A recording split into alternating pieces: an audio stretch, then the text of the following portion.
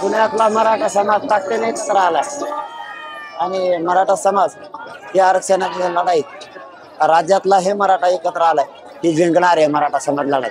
तुम्ही आजपर्यंत पुण्यात आला असाल ते अशा प्रकारचा कधी मोर्चा निघाला असं कधी वाटलं का तुम्हाला? नाही, पुणे कधी पण पुढंच असतंय, कधी मागं राहत नाही.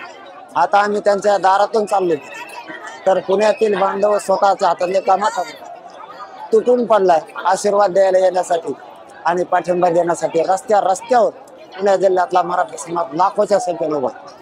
गेल्या 3 महिन्यापासून तुम्ही लढा देत आहे तुमच्यात आणि छगन भुजबळांमध्ये जे आरोप प्रत्यारोप होत आहेत त्याकडे तुम्ही कसं बघताय?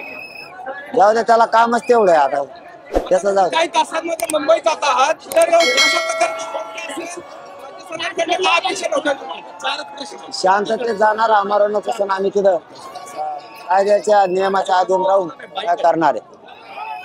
तुम्ही 26 तारखेला गौप्रोत्सव करणार आहे, नेमकं काय गौप्रोत्सव असणार आहे? चला. नाही, आताच नाही करायची वेळ येणार वाटतंय, कारण षडयंत्र करणारे जो बसले ट्रॅप रचणारे थोडे शांत झाले. एक शेवटचा प्रश्न, लोकसभा निवडणूक आलेल्या आहे, निवडणुकीला उभे राहणार आहात का किंवा तुमची लोकसभा निवडणूक लढवणार आहात का साहेब? नाही, राजकारण आपला मार्गच नाही.